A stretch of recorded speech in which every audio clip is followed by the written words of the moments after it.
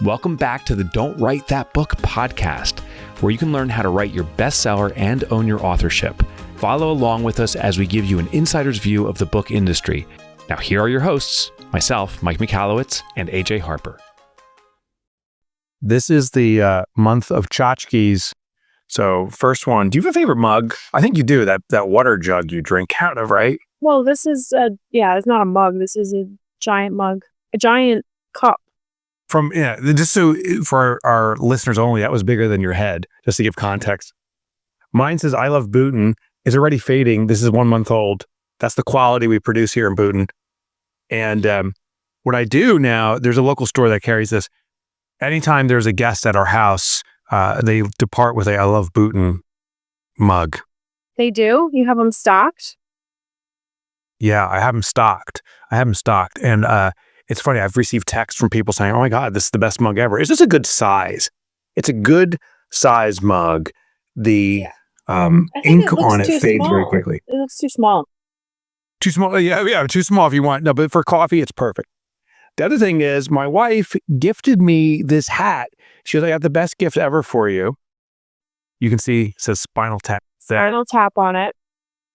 There's a few movies that we share our pure appreciation for. Young Frankenstein. And Spinal Tap. And Spinal Tap 1 and 2.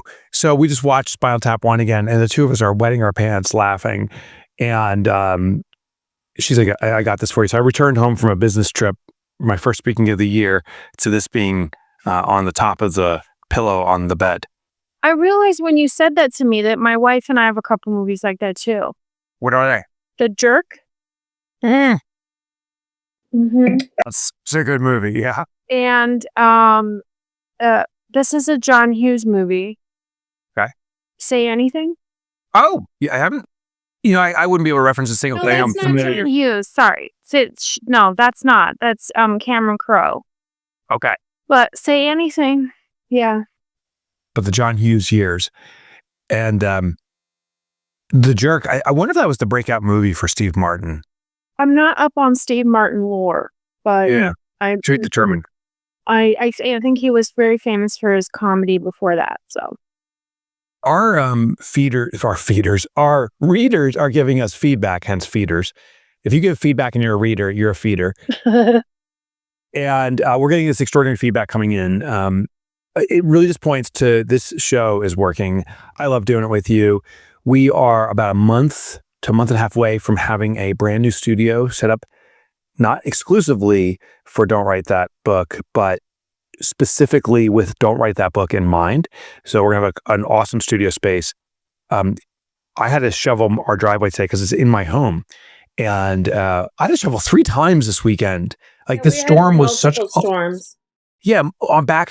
So I shovel. We have a plow too for our driveway. So I on like a little ATV thing. So I plow the driveway, shovel. I'm like, okay. Then another storm comes through. I'm like, oh. Then one came through last night. I'm like, it's going to be mild. It's going to be a dusting. Oh, another 1.5 inches. So I had to do it again.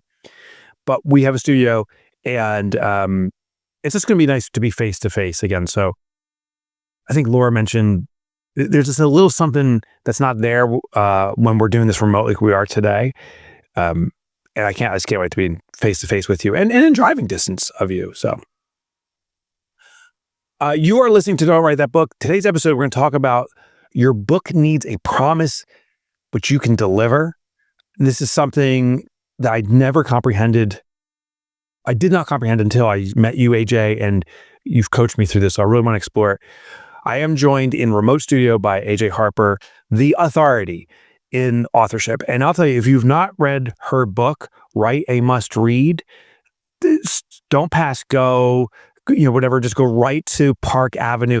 Go and get this book and just consume it. I've yet to meet a reader who hasn't been a feeder, who hasn't been transformed by it. People love this book. So AJ, it's great to be with you. So you've heard from a reader, and we want to share this. It's quite a success. So we want to share reader success. It's from Lauren Novak.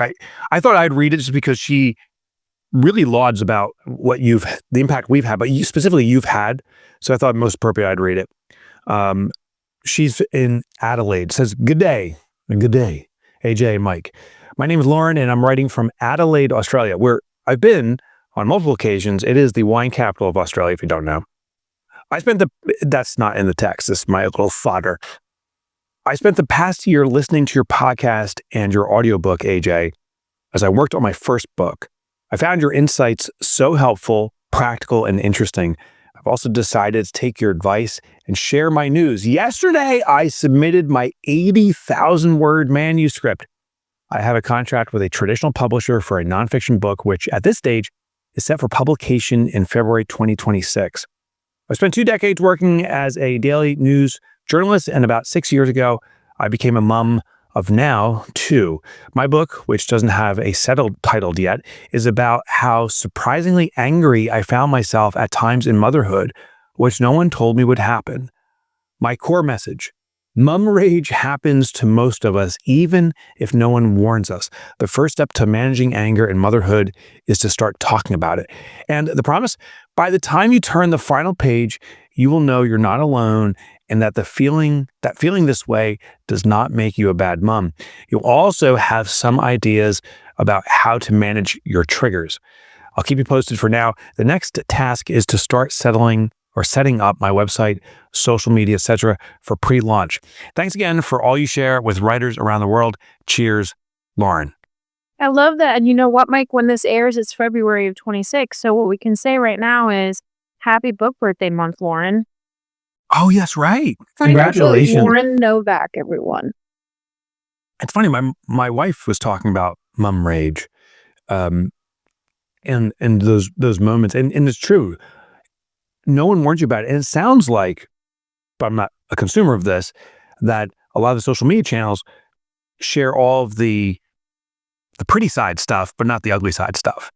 Yeah, and the ugly side stuff is all just sort of comical, like, oh, we're so exhausted.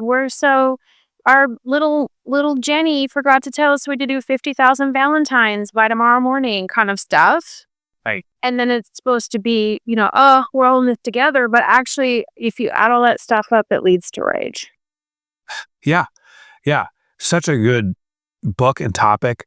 I love when people explore stuff that rarely or hasn't been explored. I mean, I would argue, is the most important books. Yeah, good for you, Lauren, too, for writing about a taboo subject so that women can talk about it. Because if we don't talk about it, if we're not allowed to talk about it, then it festers. So thank you for doing that. So let's get to the heart of this discussion. Your book needs a promise you can deliver. I think maybe we start off with a definition. What does it mean, a promise? Well, if you're writing prescriptive nonfiction, so let's be really clear. I still think you need to figure out what is your promise to readers by the time they turn the last page, even if you're writing fiction, for example. Okay. What's the experience they're going to have? And if you want them to come away with a specific message, what is it? And how are you going to make sure that happens? But we're really talking about prescriptive nonfiction, which very vocally usually has a promise. And so what typically happens is people will say, this is what my book can do for you. This is what will happen to you if you buy my book, but they don't really consider if they're actually delivering on it. They're just saying it. So This is why I think it's important for you to think differently about it. What inspired me to start thinking this way was, 18 years ago, I wrote enough books as a ghostwriter where people really weren't delivering on the promise. And, I started to realize as writing them, wait a minute, is this actually happening? Or are you just saying that? Is this marketing? Is this propaganda? Is this persuasion? Or have you actually thought about this? So then I set about doing that as a ghost, How can let's make sure that this actually happens. Let's just not BS people. My first keynote for 2026 went down in January. It's a little rusty. I take a 4-week vacation, so I was coming back from that. And one significant change I've made in my keynotes since learning this from you, and this goes back almost a decade that you started teaching this, was in the beginning of a speech, you make a hook if you can. And so my hook was, you'll be permanently profitable by the end of this presentation. What I was doing was actually an overpromise. I believed it to be true, but it required that I took all these steps, and the likelihood of everyone in that room being permanently profitable was unlikely, if that makes sense. So I made it a little tweak. And when I tell people, I say by the end, within 24 hours of today, I promise you in 2 steps, you have the path to permanent profit. 2 ridiculously simple steps. And that's what I'm going to deliver today. I made a promise that is 100% true for 100% of the group. And I put the element of the commitment they need to make. 2 simple steps. Participation. Tell me about overpromising in books. Do you see that happen, and what's the cost or consequence of that? I see it happen every day, all day, every minute of every day. Okay. Yeah. Okay. That's a little more than I expected. Okay. Yeah. I mean, let me back up. I think it happens for a really personal reason. I think people don't think their book is good enough. I think they question their ability to convince people to buy it. I think they question whether it's good enough that people will actually read it. And so they just lay it on thick. And I don't think they're always conscious of it. Interesting. So it's like it's kind of like when we did the bios episode and we talked about people using all these adjectives and superlatives. Yeah. To like speak it into existence. But that's not, this is an intimate conversation with a stranger who is in pain or has a deep desire or is suffering with a problem or even just dealing with a challenge or wants to make something better or wants to understand something. And then we decide to disrupt that conversation with a bunch of BS because we're nervous that it's not enough. And I think that's actually where it comes from, although I don't think most people are conscious of it. Well, what about the flip side, though? Is there a risk of underpromising and dissuading a reader from picking up the book? Because this will do nothing for me. Well, yes, but I mean, most people aren't going to write, I wrote this book, F you, if you care about it or not, don't care if you read it, or they're not going to, no one's going to write, this book might help you, but probably not. I don't think most people are erring on the side of overpromising. Before we go into the technical execution, I want to go back to Lauren's email. And she said, here's her promise. And I want to get your evaluation of this. Right now, Lauren's listening. She's biting her fingernails. Here it comes. She said, my promise, by the time you turn the final page, you will know you're not alone. And that feeling this way does not make you a bad mom. What's your thoughts of that promise? Listen, if Lauren can deliver that, then I think that's an ace promise. It's not overblown. It's actually a perfect promise because I'm going to break this down for you. The other problem with the promises is that they tend to forget the thing why the reader picked it up in the first place. So the promise is this overblown thing. But did you hear how she wrote that you won't feel alone? Which, remember when I said before that, how things are taboo, right? So that ties into that. And then the other is, you're not a bad person, right? Is that kind of what she said? I'm not looking at it. Basically, yeah, you're not alone. And the feeling this way does not make you a bad mom. That's the main thing that the women are looking for, right? So your promise is tied to the desire. The promise is tied to this is what I want, or this is what I'm feeling. And you want to speak to that in the promise, not just what you, the author, thinks they should want, or what you, the author, wants for them. I have a little gym at home, and I have a small TV in there, so I can listen to my favorite team, Virginia Tech Hokies, the summary of whatever's going on while I'm exercising. And I watch the YouTube channel, and they have these commercials come on. And I noticed this commercial, and it's around aging spots, or whatever they call them, sunspots on your hand, those dark spots. I don't know hopefully you don't have any. I have them. And it's this doctor, I'm doing air quotes because I'm not sure if he is. And he goes on and says, the things you consume and blah, blah, blah cause it. And he goes, if you look at an apple and slice an apple, you see how it's white in the center, and then it turns brown very quickly. That's the same thing that's happening with your skin. You can cure this within 6 days with my special diet. And and it's normally $19.99, but if you act now, you get twice as much. And the comments on YouTube is like, charlatan, BS, liar. But it comes across like that's how you sell. And I see this theme over and over again in sales of make the problem as painful as possible, the horrors associated with it, and then have this miracle cure that requires no effort, just a small, quote, investment. We're so trained in this in sales, or we observe it so much. Do you think authors are being persuaded to start speaking that way? I think they're just learning it from other authors. Okay. Yeah, I just think they're seeing other authors talk about these, pie in the sky promises. You can see that, I can tell she read my book because she started her promise, Lauren, with by the time you turn the last page, because that's the deal. Yeah. It's not a promise that happens someday.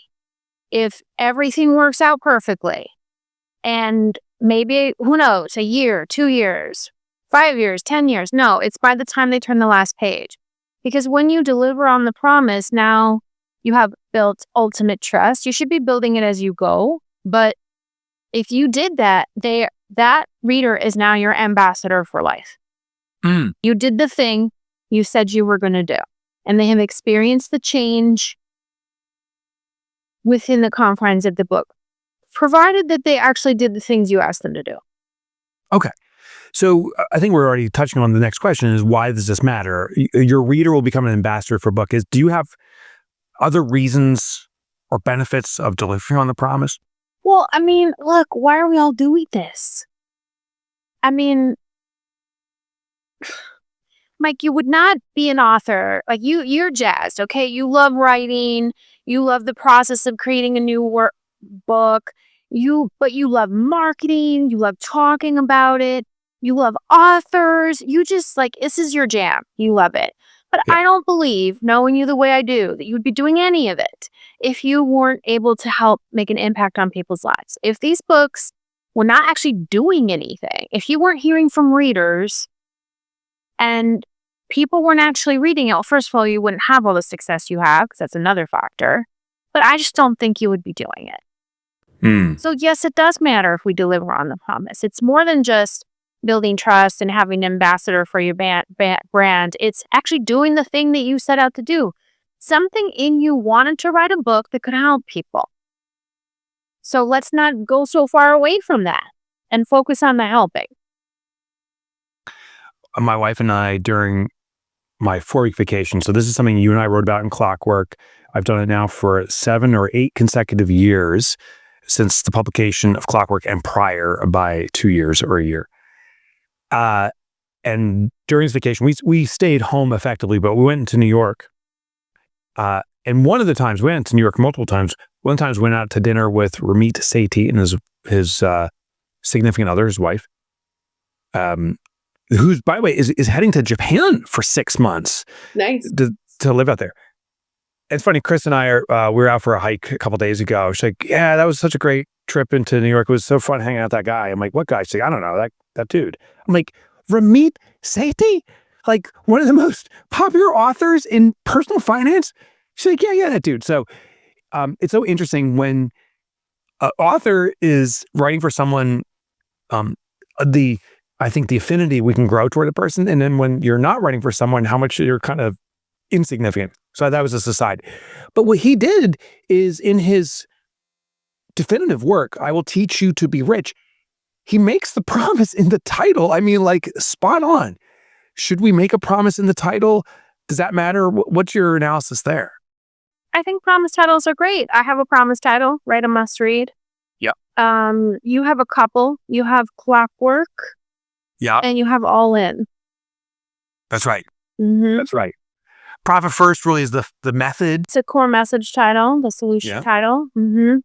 Yeah. The Money Habit is more like the 5 love languages. It's it's actually a solution title, but it's actually core message.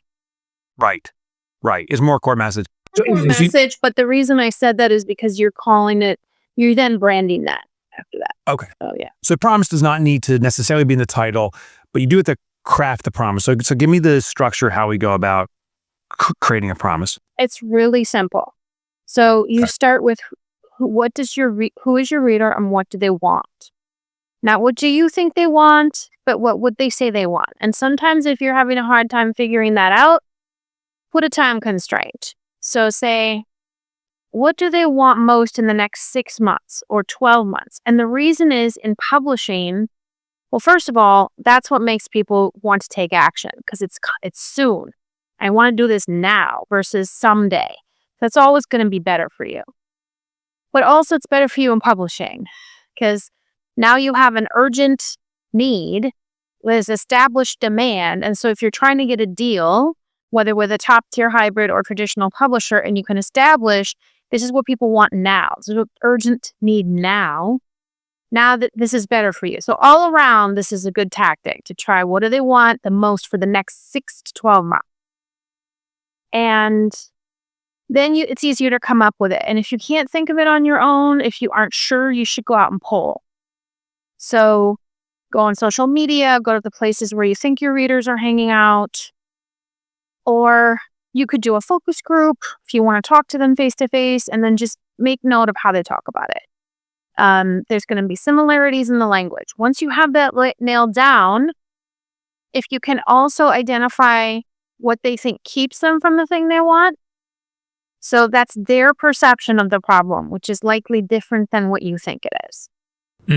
So that's partly what happens. I think perception of the problem is the real challenge for most authors. They're so disconnected from their readers and so focused on their own selves. My idea, my story, my framework. How do you extract that also through the same poll? Yeah, unless you know them really well. But the same thing is polling. This is just testing. What do people think it is? So for example, in The Money Habit, which when this airs will have been out for 1 week. So we'll just say available where all books are sold. You'll get one. In The Money Habit, we actually address that. The belief is if you want to be financially secure and not worry about money, so the desire is for the readers of The Money Habit, I don't want to worry about money anymore. Okay? The perception is I don't have enough of it for that to happen. Right? Because we think I need $1 million. Like how long have we been hearing this since we were kids? If we had $1 million, it's this magic. There's even a song. I had $1 million. Yes. Magical, mythical number that's supposed to solve everything. Now, not to diminish, people would be better off if they had $1 million for sure. But and let me even challenge that. I don't know if they'd be better off because it can amplify if you're poor habits, right? I know. But if you're destitute and you need money for medicine, $1 million is going to be good. Yes. Okay. The point though is that's the reader's perception of the solution and your perception is different. But you can't just go in and say, I'm going to ignore what you say you want, what you think the problem is, because now there's a disconnect where the reader has to jump over all these hoops of what they think it is to try and stay in that book with you. But if you at least can articulate their mindset, then, okay, this dude gets it. This person gets it, right? So if Lauren Novak did not address the fact that women are scared that there's something bad about them if they have rage, there would be a disconnect. Right? So if she went in with, I'm sorry you feel that way. That's not a normal thing to feel and we're going to fix it. That's shit. Right. You famously say meet them where they're at. Meet them where they are. You can take them wherever you want them to go if you simply meet them where they are. But most people skip ahead. And they're just in their own world. People, meaning authors. Authors just are in their own zone. The hardest thing my students, I'm constantly bringing them back. But is that what they think? But what do they think? Well, is that what they say? What do they say? And we also do this thing where they'll tell us flat out in simple language, and then we authorify it, where we make it sound smarter, right? So Lauren says they're going to understand that they're not alone and they're not a bad person because they have mom rage. But if she had said, and you'll be relieved from the loneliness epidemic of blah de blah, it just doesn't hit home. I'm always saying to people, it's like if you're standing in line for Starbucks or wherever you stand in line, what are the conversations you're going to overhear? The way people talk to each other? What's the language they're using? God, I wish I didn't have to worry about money ever again, but I just don't think I can ever get enough of money for that to happen. That's what people say, So you have to take the time to really be clear about how people are talking. Then once you do that, you craft the promise so it addresses those things. So they're intricate, they're connected. This is why you always start with reader, by the way. You don't craft the promise before you know the reader. Greeley let a couple partial woofs behind you. It was awesome. I don't think you could hear. I bet they can't hear it on here. Oh, maybe not. I heard a little woof. Greeley is AJ and Polly's pooch, the most gentle but also intimidating dog you ever seen in your life. It's like when I visit you in Madeline Island, I'm like, whoa! Like what kind of dog is that? American Bulldog. They have the same attack rate as golden retrievers. Like they're but the face gentle. And he just comes running up and then just goes in your lap and starts licking you. Yeah. And slobbers all over. The most kindest, beautiful dog you've ever seen in your life. Two things that came to mind is when it comes to running polls, a little hack I have is Reddit, because that's a public forum where people just share or have conversations about a topic and are it seems to be very candid about it. So if your topic is mum rage, go onto Reddit and type in that subject line and see what people are talking about. And you may find some stuff there. Well, I want to make one more point is that when you're crafting the promise, it's not, this is where other people go wrong. It's not a summary of the book. Right. It's also not a description of the solution. To me, is it fair to say it's acknowledgement of where they are at and where they'll be by the conclusion of the book? Yeah. And that's why I always tell my authors, start with this language. By the time you turn the last page or by the end of this book, start writing it with that language and it will change the way you write it. I use this technique in speaking of the meet them where they're at. So when I talk about the money habit on stage, which I've now been keynoting on, or any subject, sometimes they ask to do a Q&A or a fireside chat on stage after I do my presentation. And audience members will ask something and they may reveal whatever struggle they have, like I have tons of debt and so forth. Well, I use a technique. I said, there's actually a term for that. An entrepreneur who's racked up a lot of debt and yet their accounting shows they're profitable and they have this internal struggle. There's a word. It's called being human.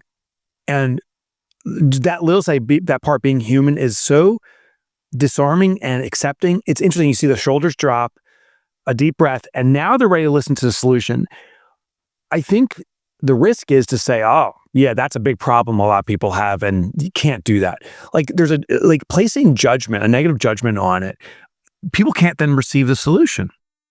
Yeah. And yes, absolutely. So again, the promise has to be something that by the time they turn the last page, they understand or feel or experience because it just depends. Your book might not actually have a tangible promise.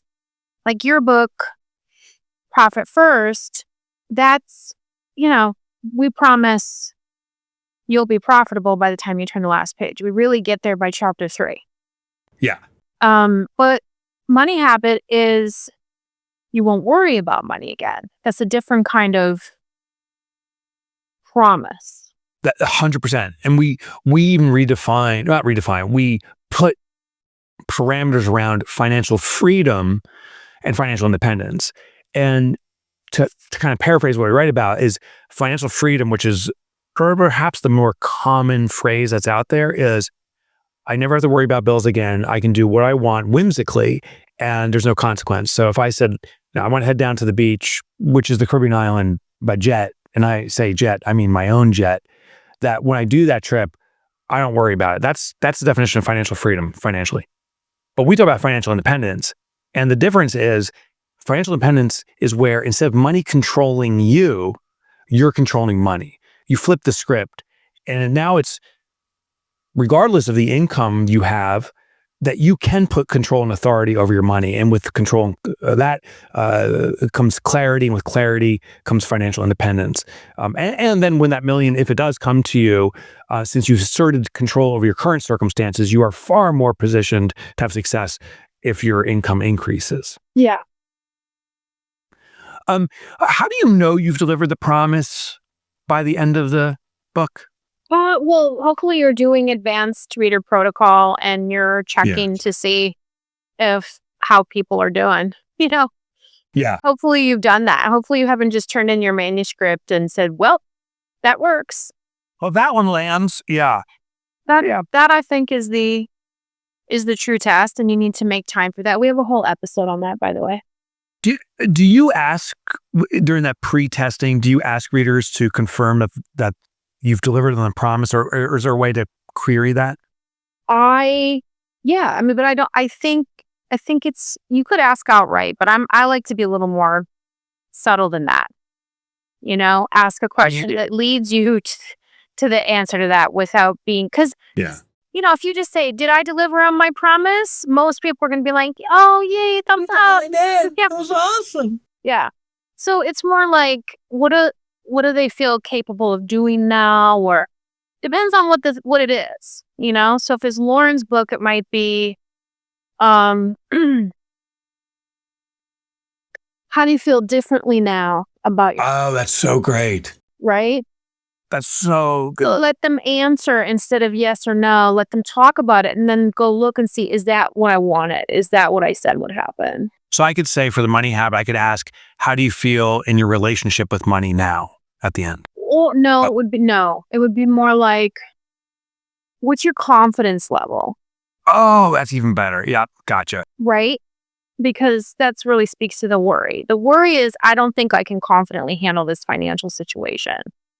The worry is, I don't think I can confidently meet the needs that are coming up in my life. Or I'm worried that if something bad happens, I'm not going to be able to manage it.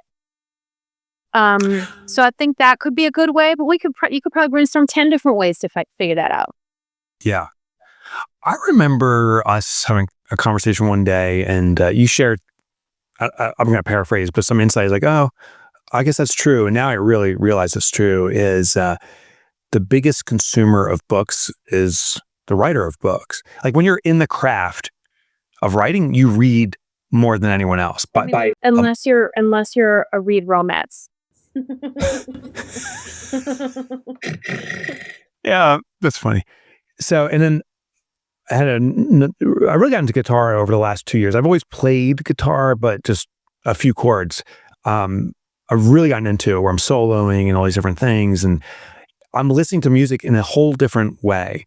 I'll listen to the same song 10 times in a row, not because I'm into the song, but I'm listening for just elements of the song and the rhythm and trying to distinguish actual notes when I'm listening. For the first time in my life, AJ, happened this weekend. I was listening to a song by Chris Cornell of Audio Slave. The guy's got this really beautiful voice. And the opening note for the song, Be Yourself, there's this guitar element. And I was like, oh, that's a B. I don't know where it came from. It goes ding, ding, ding. And I heard that first ding, I'm like, oh, that's a B. And so I quickly ran downstairs, like, I gotta look this up. Sure enough, the opening note's B. For the first time, I heard a note and I actually could pick it out without having to interpret. And I noticed with books, the same thing. So where are books that you've recently read, that you've read historically, where they nail delivering on the promise? So for me, and not historically, let's just do the last year. Because I think, I'm going to say some of the same books otherwise. So there's some new books. Oh, that's a good point. Yeah. So I say for me in the last year, two books come to mind that I've read some good books, but I'm saying the question here is, did it deliver on the promise? That's a different situation. I'm also excluding all my students because I think all my students have done it, but I would have to list a lot of people right now. So I'm going to exclude you guys if you're listening. So I thought this, it came out early in 2025. It's called Too Much, and it's by Terry Cole.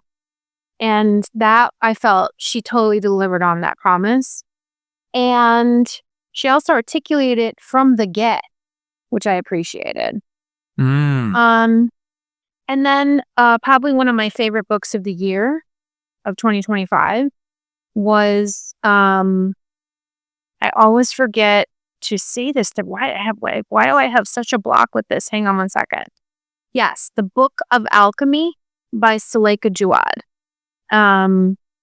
Can't say enough about that book, and she totally delivered on the promise. And it's a curated book in that other people wrote passages of it. Oh, that's interesting. Yeah. So at any rate, I loved those two. What about you? Well, he said something interesting about Too Much. He said delivered on it from the get.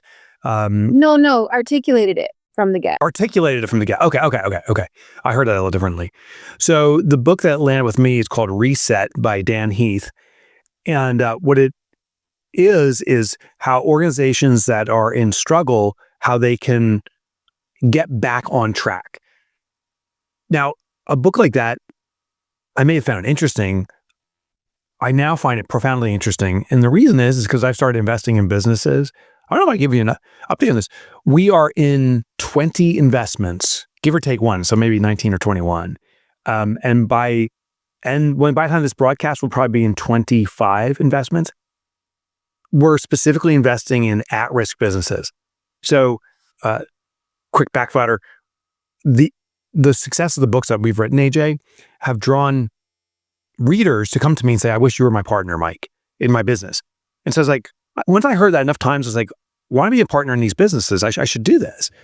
Teamed up with an extraordinary colleague. His name's Greg Eckler, a guy we make fun of in every one of my books because we're buddies back from the college days. Yes, and I get a note from the editor saying, "Are you sure you want to say this about this person?" Because yeah, and people bust his chops about it. It's glorious. It's absolutely glorious. It's an Easter egg.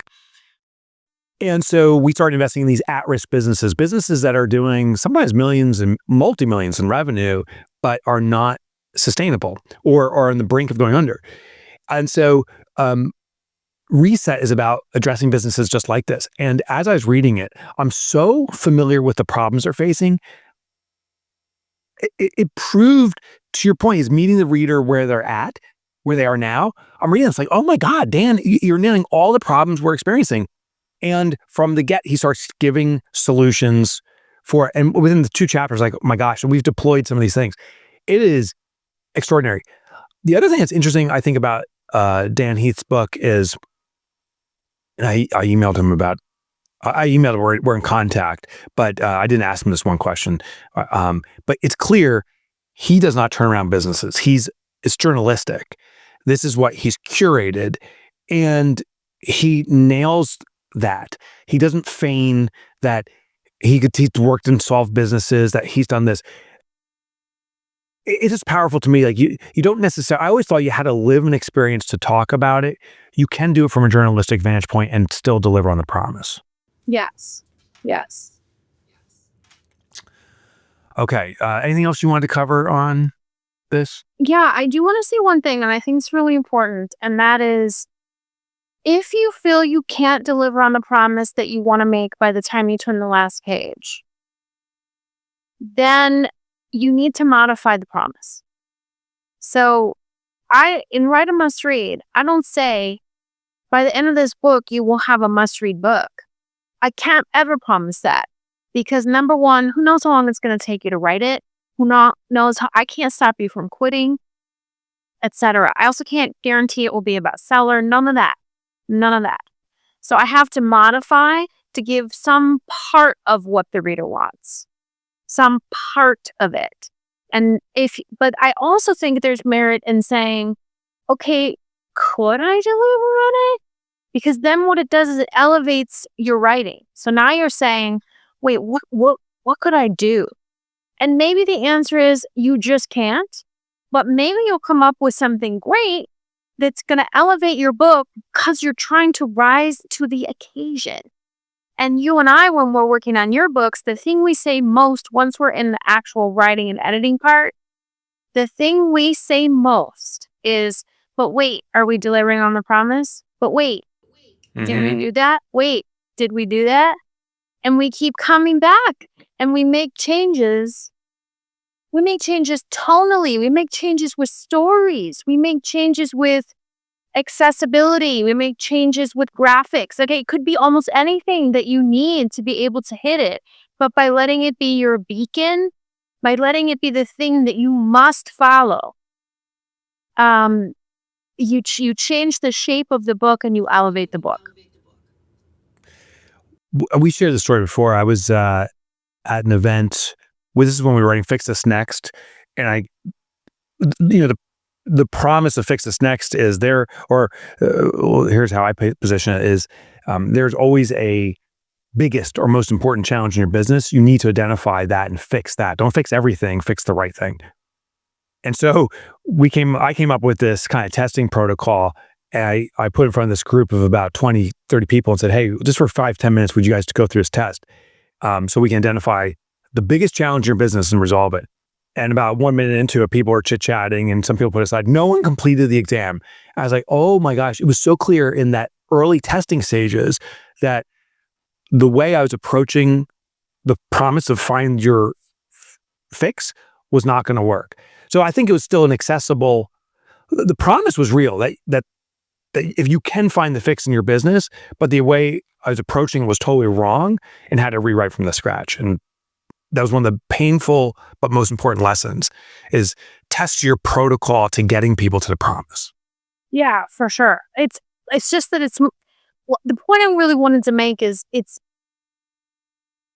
everything connects to it. It's not just the frameworks and processes. It's the stories you tell. It's the tone you use. If you're using enough repetition and different accessibility for people who might learn differently. Do you need short chapters or long? It's so much. A lot of it is doability. And I just hope that this becomes a must for authors. Authors, this is my hope, that authors will say, wait a minute, I got to check that over and over and over and over again, because that is what is going to take their book to the next level. I got a couple of things as we wrap up here.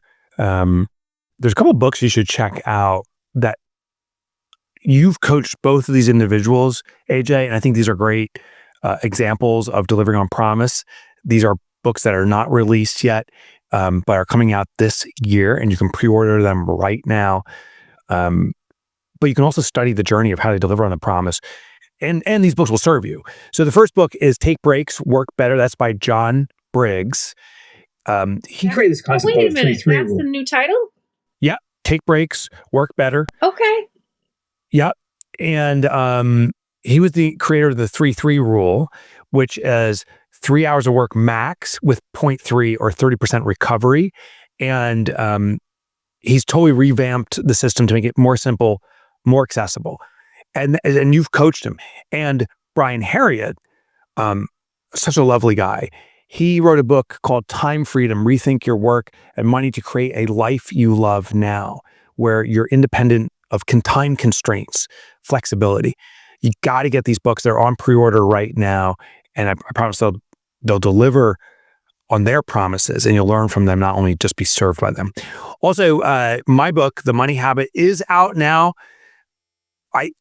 I do know this. This has been the best launch ever, and we haven't even launched it as we're recording this, just because the numbers are already in on all the pre-order matter.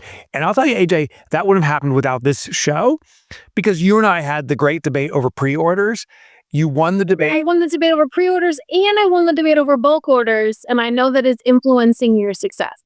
And totally is. And so I've deployed all those strategies. I ate my humble pie. I acknowledged it, but now I'm not resentful. I'm grateful for the loss, and I'm deploying this stuff.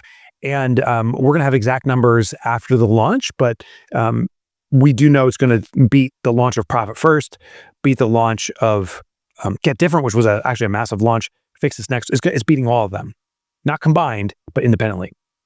Do you have stuff going on? Yeah, I want to tell everybody I have twice a year I do Writing Sprint Marathon. It's a free event. It's free.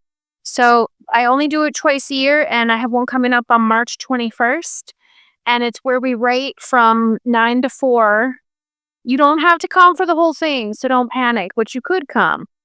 And there's usually a ton of people there, professional authors there, newbies there. And we write together. We get a ton done, but I also answer questions. I give a bunch of prizes. It is a fantastic day, and you will feel so invigorated. So come if you're trying to get stuff done. Come if you're just trying to put your toe in the water.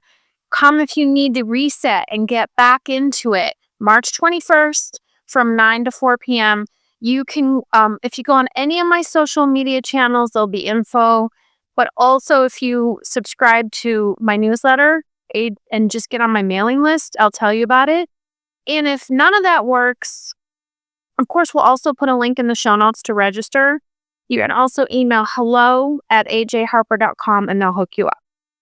So I just literally put in my calendar as you're saying it, March 21st, 9 to 4, Saturday. It's also, that's Eastern time, because I know we got folks from all over the world. Time, it's because I'm in New York, so I always think I'm the center of the universe, like all East Coasters do. And do you have any retreat spots left? I do have some retreat spots left. We only have 3 this year. We decided to shorten it to 3 because we just wanted a little bit more of a break in the fall. So we have a retreat in June, July, and August. I do have spots available, but you should just run to ajharper.com about they get packed. And these are all at Madeline Island? They're all at Madeline Island. Yep. There's only 8 people per retreat, so that's why we only have so many slots. It's one of the most beautiful places I've been. Hey, by the way, have you hung out with that neighbor at all that we went over and we checked out their sauna? Oh, okay. No, I haven't, but I have good neighbors up there. I have Dean and Becky who live next door, and normally they are there for half the year, and they're otherwise in Washington, and we love them. Dean and Becky. And Dean and Becky, shout out to you. Next week, we're going to talk about the new publishing path decision points. And you have, I guess, a list of priorities that you advise authors to consider when publishing? Yeah, I've been saying the same thing for at least a decade, if not more. And I've recently added 2 critical decision points based on the changes in publishing. That's awesome. This is perhaps the most consternation I hear from new and established authors is, what's the publishing path now? It's radically changed. So I can't wait to hear that. Thank you for joining us today. Don't skip through this part, because they're like, all right, it's over. I can just stop. I got one favor I want to ask you. If this show is serving you, would you please rate and review us on whatever podcatcher you're listening on? It serves us so deeply. So I know it's a selfish ask, but if you'd be willing to do that, take the 1 minute to give it a rating that you feel is fair, but also a review. That's a game changer for us in getting the word out. If you want free resources, it's at DWTBpodcast.com. These are materials prepared by AJ. It will help you in your writing journey. If you have a topic you want us to talk about, if you want to connect with us in any capacity outside of what we've already shared, you can email us at hello@DWTBpodcast.com. Adela's monitoring that. Post whatever you want, and we will, or tell us whatever you want, and we'll address that. There's another note here. Do you see that? I'm going to highlight it because I don't Hang on. think I'm highlighting it in our notes. Is that a ton? Old things. Okay. Those are the words you leave for yourself, and I probably didn't notice it was there, so I deleted it. Deleted it because that was kind of weird. And the last thing is, thank you for joining us on today's episode. We're looking forward to having you join us next week. And the grand reminder to kick off, well, I was going to say kick off 2026, but the reality is we're already in 2026 for a few episodes. To continue 2026, remember this: don't write that book. Write the greatest book you can.